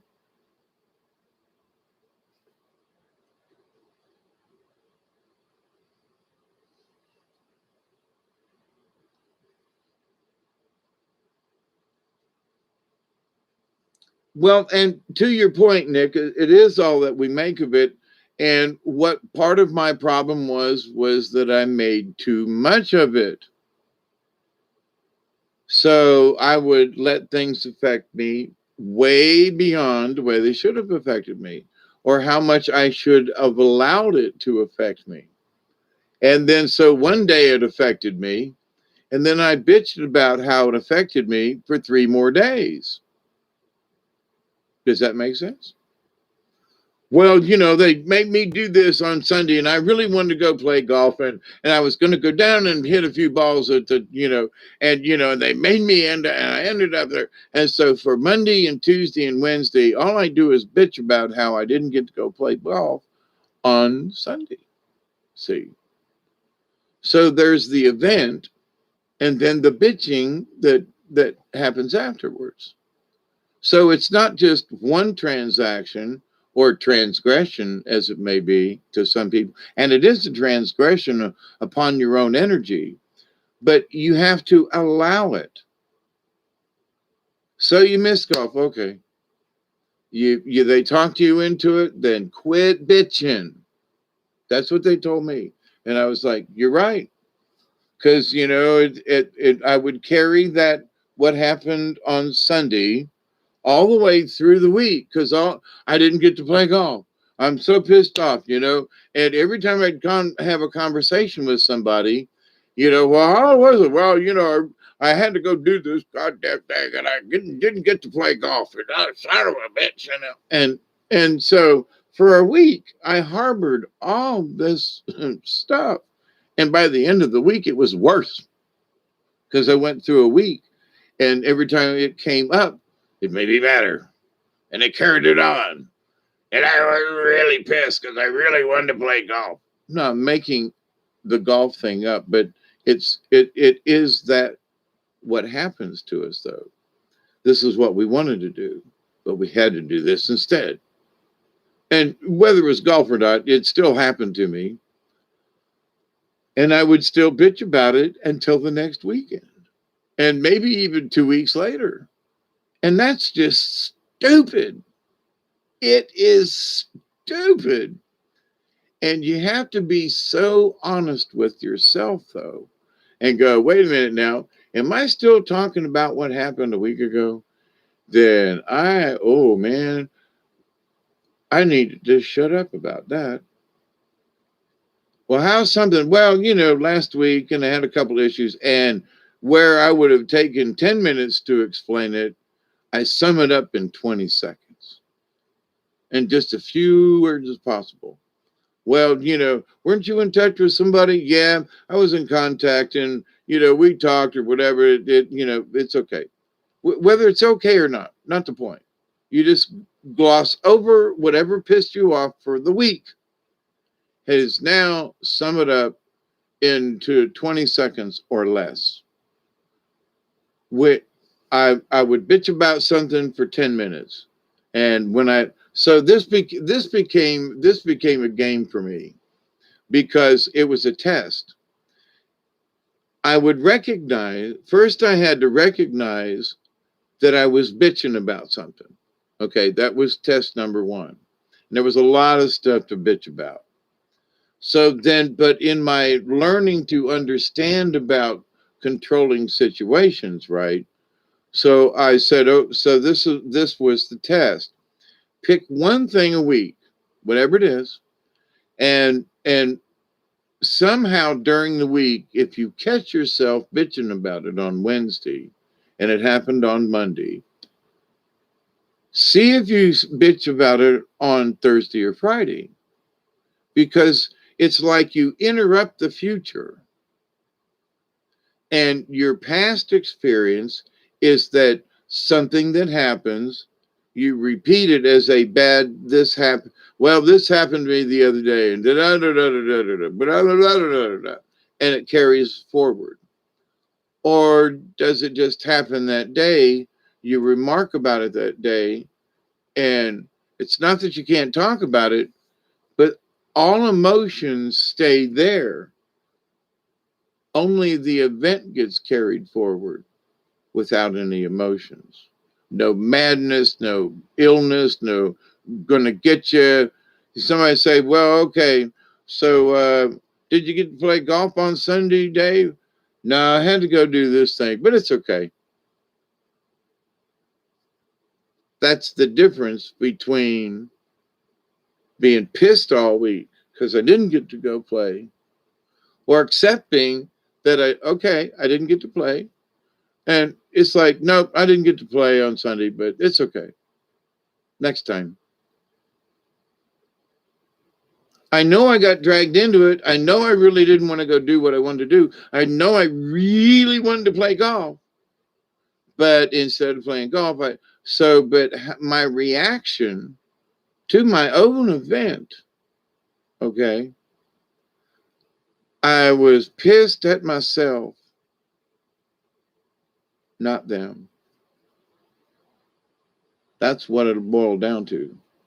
Because if you're really honest, you allowed yourself, unless they held a gun to you, and that's still, so, but if you did whatever it is you got drug into, then you accepted the contract, So just don't bitch about it. Don't put yourself back in the situation. If every time you're around them, they make you feel, then don't go. Or don't let them make you, Oh, they want to be snobbish and snide. Just go, good evening, darlings. How you doing? Blah, blah, blah, blah, blah, blah, blah. Try to start a fight with you. Just go, yeah, that's wonderful. That's great. How you been feeling? What? How's your dog? What? Change the subject. What? That'll always surprise them, Instead of arguing or putting up a fight, if you see that coming, if you for me, it was almost like I could smell it coming. And I would just pick something random and go, blah, blah, blah, blah, blah, blah, blah. How do you feel about that or something? I heard a remark about the other day, and people will go, what? Now there's power in that. The power of changing the subject. Misdirection. So they're headed this way, which is current argument time, debate, and claws out, or with the right words and deflection and misdirection, you change the topic. And what was going to be a cat fight, possibly shoot 'em up, bang, bang, the power of misdirection in that by changing the subject and being, how do I put this? For me, if I saw something, I know I've been able to calm things down because what I'm fixing to tell you. You would do a misdirection and go, well, blah blah blah, anger, anger, good. Well, um, remember when this and so they go, what? And this really good thing and something and this and it worked out and what? And so they go, what's that got to do with this? No, I'm saying, your anger here, it's better. You try to pick something that will they just go, what? And it makes them stop long enough where the anger doesn't have a chance to succeed. Now, you don't piss them off, but the misdirection is like stepping on the fuse of the fireworks. So it's a very important, but when you learn it about yourself and you see something coming, then you go, whoa, let me misdirection here. I started to get mad about Sunday again. No, I ain't gonna do that. Nope, nope, nope, nope, nope. I promised myself I wasn't. And so when you get the hang of it, all of a sudden, the things that were pissing you off before, because you got drug, whatever it is you're into, you have figured out how to not get drug into them. Or you just accept that, look, I really want to go playing on Sunday, but I'm probably going to have to go to this thing again, and as much as you don't want to, and you could tell them all that you're sick and stay home and then sneak out later. Or maybe you could work in a Saturday or something, but I'm talking about it's just a simple golf and you got to go do something. But anyway, whatever it is that you want to do, or if what you want to do is nothing at all, and you get drug into something that's really nasty, um, and you can see it and smell it coming, so avoid it. Say no, but just be nice about it. And don't bring up anything from the past. Well, I've done this before you, and I've done this. Just say, look, no. And the more calm you are, you're still being compassionate, but you have to protect yourself. We have to protect ourselves, or folks will run right the piss over us. All right. Hey, Jamie Elderberry.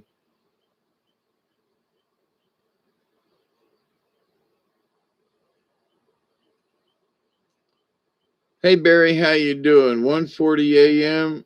No, it's 6:15 a.m. 100 4.5 hours. Yeah, total between the two of them. Yeah, this one and the next one. But I'm not doing 4 more hours. No, honey. The last time I did that 8.5 hours, I mean, I was like pooped the rest of the day, sitting here in this chair in one position, and nope.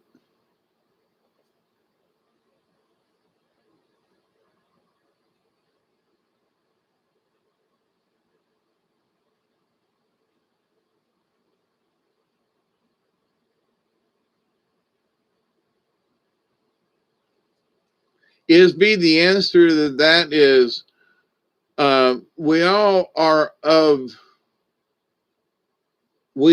all a part of the divine consciousness. How we interact with it is up to us. Okay. And if there were people who were telling me that I was multi personalities, and I am, but I'm not different people. I'm different personalities within one person. And I've always called this the tribe of one. And I, Hawkeye, am the chief. I am the camp counselor of my personality, my tribe of personalities. Okay, the plumber in me, the mechanic in me, the adventurer in me, the puppeteer or the storyteller. These are all talents within me, but they are all I am a tribe of one.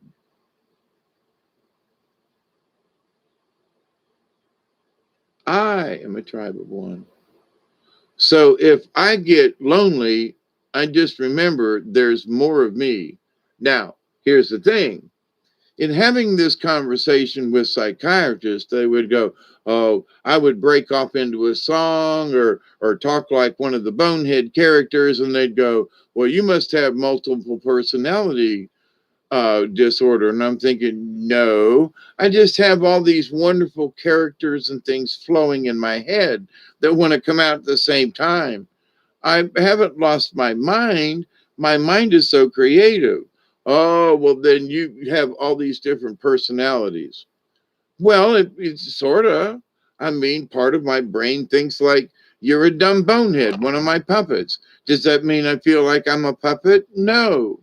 Um, I'm just, I can hear it in this, from this character's point of view. Well, then you must be multiple personalities. The divine paradox. We are individuated within the one, like drops in the ocean. That is the ocean. Exactly.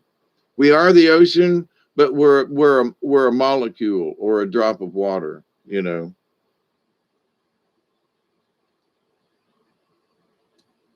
There are some drops of water that are. I've been pretty deep in inside the earth and have waded in water and have seen water. Uh, pits that just literally go down hundreds of feet, and I'm already 100 feet below the ground or more in a cave, and I see another shaft go down that's just the clearest water I've ever seen in my life, to where a 150-foot light just quits. And you say to yourself, oh, there are so many special places, but the water that's there is still, but it's alive. I don't know how to explain it. But so then there's water in the ocean that's movement. There's water in streams that's flowing. There is water that comes up in springs.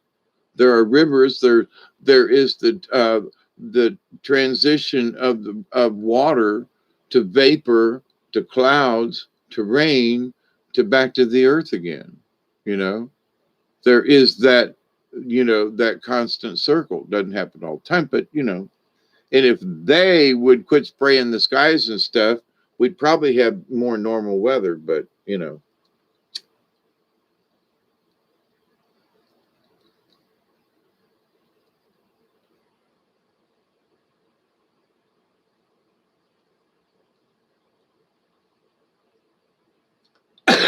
yeah, sign everywhere. Sign. Yeah, our bodies give us false sense of separateness. Yeah.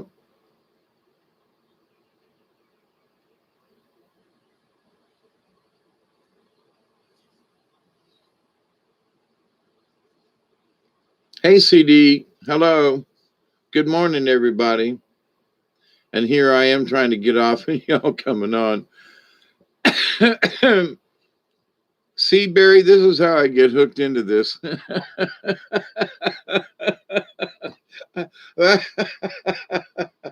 I I let you people drag me into this.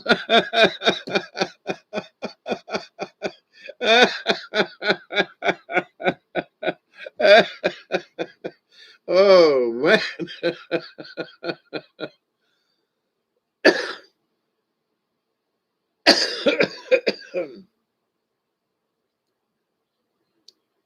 We are carbonated water. I'm sorry. I was being silly. Always. We are stardust. We are golden. We are 50-year-old carbon. And we've got to get ourselves back to the garden. By the time we got to Woodstock, we was 500,000 strong.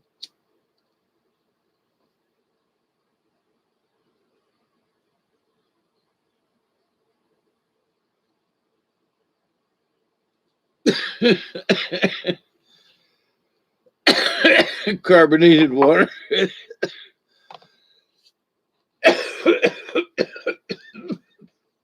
But I was thinking carbonated water along with the song, We Are a Billion-Year-Old Carbon. Excuse me.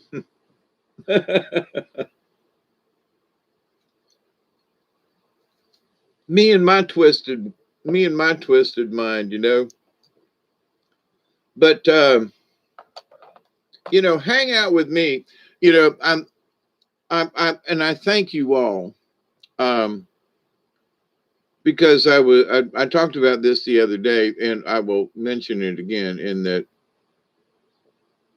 in my old age, I always wanted to be a disc jockey doing all night radio kind of thing. Just because have a call-in show, old timey radio, late night AM somewhere, truckers calling in and asking for doing requests, like I used to do back in the day. I mean, I honestly did that, especially on the weekends when I used to work the weekend shifts a lot. Nobody else wanted to work, so I'd work 12-hour shifts on the weekends. 12 hours on a Saturday, 12 hours on a Sunday. And sometimes at one radio station, then I worked at 3 different radio stations, filling in. But anyway, but so the idea, though, that, I was going to be able to retire and be an old DJ, with head muffs on and, talking in the microphone and doing crazy shit, sort of like I'm doing now. It's a privilege, Okay, Jamie, see you later. You too.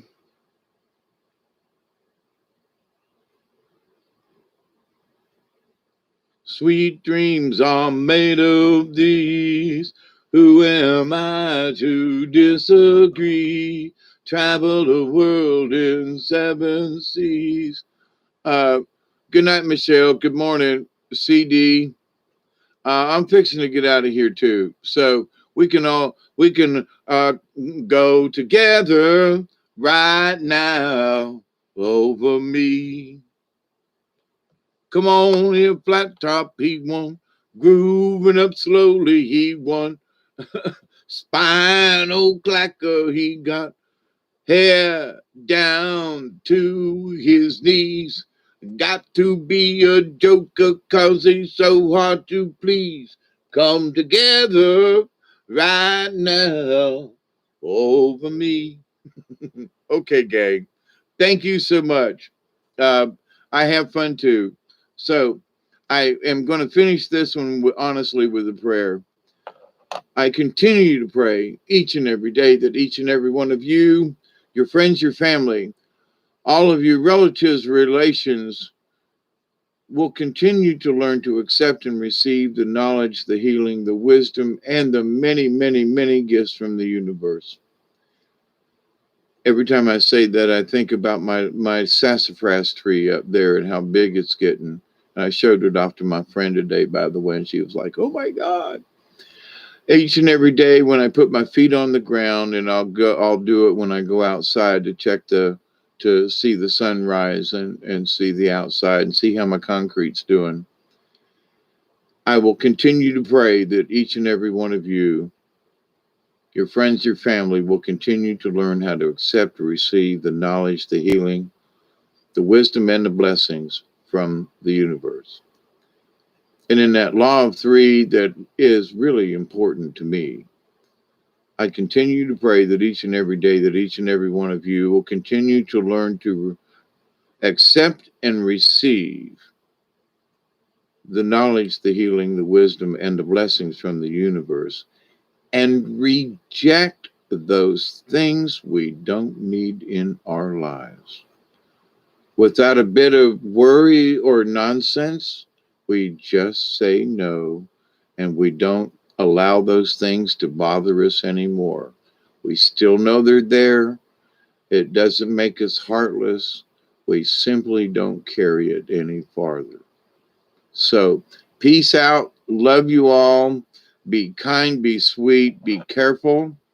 But it's Wednesday it's Wednesday morning here in South Georgia with Tom for Now Radio at 6:28 a.m. on May. Oh my God, it's May the 19th already, 2021. So blessings to all of you.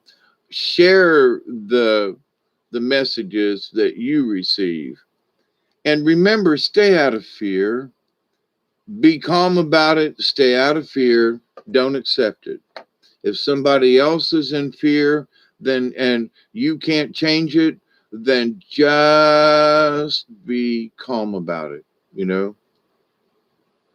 know. Signing off, CD. Good to see you, Michelle. Also, talk with y'all later. But just remember, just if you have peace in your heart, then and you honestly believe it, believe,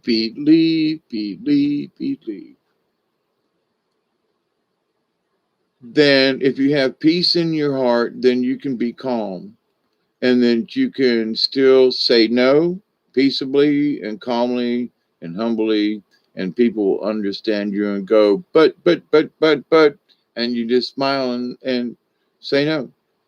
But anyway, until next time, be safe. I'm going to go check my concrete. So TTFN, Tom for Now. And thank you, Bob, for letting me come back on for another 2 hours. And everybody, be safe. TTFN.